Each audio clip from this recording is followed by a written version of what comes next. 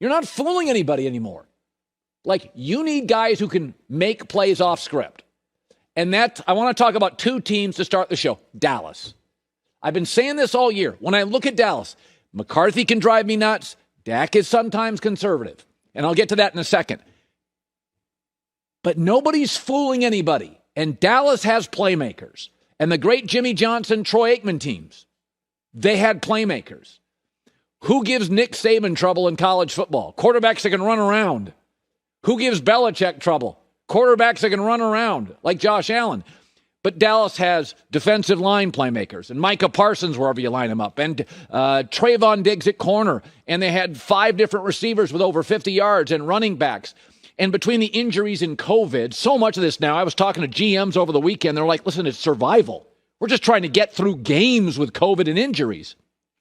But Dallas, all their playmakers now are healthy. That's why they're surging. I mean, New England may have the best coach in the world and the best offensive coordinator and the best culture. New England doesn't have dudes that can make plays off script. And you can't fool anybody. You're playing division teams now. You've seen them twice. You know all their players. And so when I'm watching Dallas, the truth is, after that third date, you get exposed. Well, after week 16 in the NFL, you are what you are. And what Dallas is, fast, athletic, rangy, multifaceted.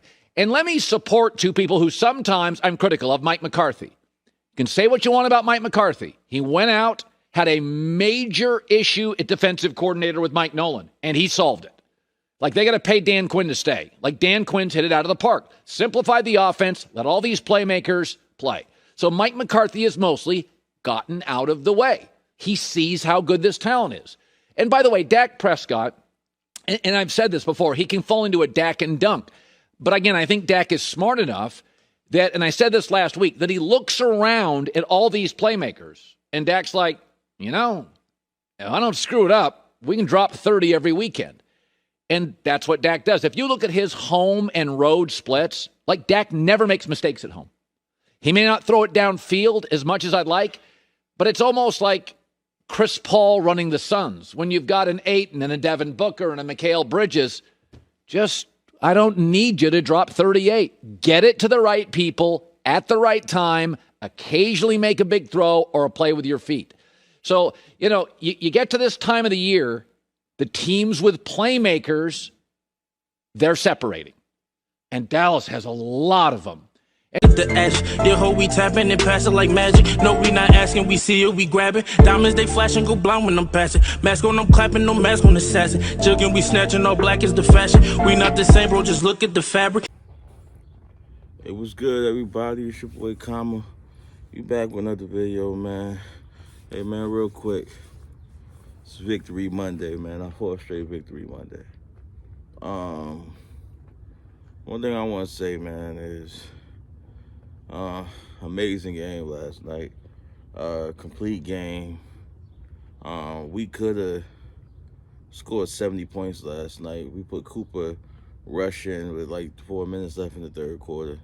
It was just an absolute beatdown of a division opponent. And honestly, that's the game that we've been waiting for, because I honestly don't feel like it's about the opponent. I feel like it's about us executing and getting back to what we do better, if that makes sense. But here we are, number 2 seed in the East. I mean, we clinched the NFC East, number 2 seed in the NFC overall, which is great. So possibly, if we could keep this up and as it stands today, if we was to keep the number 2 seed, we could possibly have 2 home games in the playoffs. If we was to win, I guess, round 1, of course, we could possibly have 2 home games. And if Green Bay was to make the championship game, that would be the only scenario where we have to travel. You know what I'm saying? So once again, man, it's I feel good about our chances, man. Everybody's dinged up right now. I mean, Tampa Bay. I mean, I would love to play teams at their full strength, but the reality of it is Tampa Bay has lost Godwin for the season. Hopefully, Evans should be returning. I believe he just got like hamstring strain. Same thing with Leonard Fournette. I don't know how severe those are, but like I said, it's the NFL. Let's look at two teams in particular, right? Now we look at the Rams and Green Bay. Everybody's like, we're quick to say, like, Green Bay the last couple of weeks, they haven't been dominating people, things of that nature, but everybody's going to say they're the general consensus to win the NFC because they got Aaron Rodgers. But, the last 2 weeks, they was a 2-point conversion away from almost losing to the Lamar Jackson's backup. This week right here at home, they play Baker Mayfield, who throws 4 interceptions, but they still, at the end of the game, they're still driving the ball with a chance to win that game, and they win 22-24. So, like, they haven't been playing knock down, drag them out football. People, they want you to believe that, but we get criticized so much because our offense wasn't up to par yet, or our offense wasn't firing on all cylinders. We was dealing with some injuries, and Dak had a little 3-game slump or whatever you want to call it. The offense was slumping as a whole. It wasn't just Dak, but it is what it is, man. You're not going to convince me that anybody in the NFC wants to see what you seen last night in the playoff game. And if you're not named Green Bay right now, if you want to see, you will have to come to Jerry World. Like, that's just the reality of it. It's not me making up or me being a homer. And then, furthermore, we just watched Matthew Stafford throw 3 interceptions and struggle versus the Vikings, right? The Vikings got a decent offense. Decent defense, but they were missing Dalvin Cook. And it was missing Dalvin Cook, and he threw 3 interceptions. And that game came down to the wire, 23-30, final score. This is the same team that we went on the road and beat them in their house without our quarterback. I'm just saying, man, they're going to make the excuses why it can't be us. But it can be. Like, I feel like, and I've been saying this for months, we have a team that any given Sunday, anybody that's going to be in the tournament from AFC to NFC, I am confident that we can beat any given Sunday.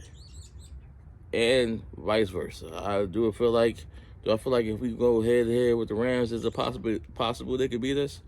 Yeah, it's a possibility. But do I feel like they're the better team? I don't. I feel like they're a very talented team, but, I feel like when we play Cowboys football, it's nobody that we can't beat. And I'm going to continue to feel like that. That doesn't always translate to Super Bowls, but, hey, man, I feel like this is our best chance, man. Like, we have the best, in the past few weeks, I would say, just in the last couple of weeks, I can't speak on the whole season. As a team as a whole, I feel like we got the best pass rush in the NFL right now, based on the last 3 weeks. Like, what does Tom Brady struggle with more than a prolific pass rush? That's all we need to, like, long as the defense could stay healthy. We got pieces coming back. Even this game, Malik Hooker been playing lights out. He missed the game with COVID. Jordan Lewis got about 3 or 4 interceptions on the season. He missed this game with COVID. But then, on the bright side, you seen that second-round pick, Calvin Joseph, finally get his shot. He played so good, Washington didn't even target his side. They threw more on Trayvon Diggs' side than Calvin Joseph's side on his first NFL start, which I would never get. I don't get that, but that was dumb in my mind. That was just stupid, but it is what it is, man. Like, we in a good position. Hopefully COVID don't ruin there, no major injuries ruin it, but it is what it is, man. Like I said, it's Victory Monday. Let's enjoy this one. NFC East champs. And Cardinals next week, man. Let's prepare for that one. It's your boy Kama. Salute. Always remember to like and subscribe. We out.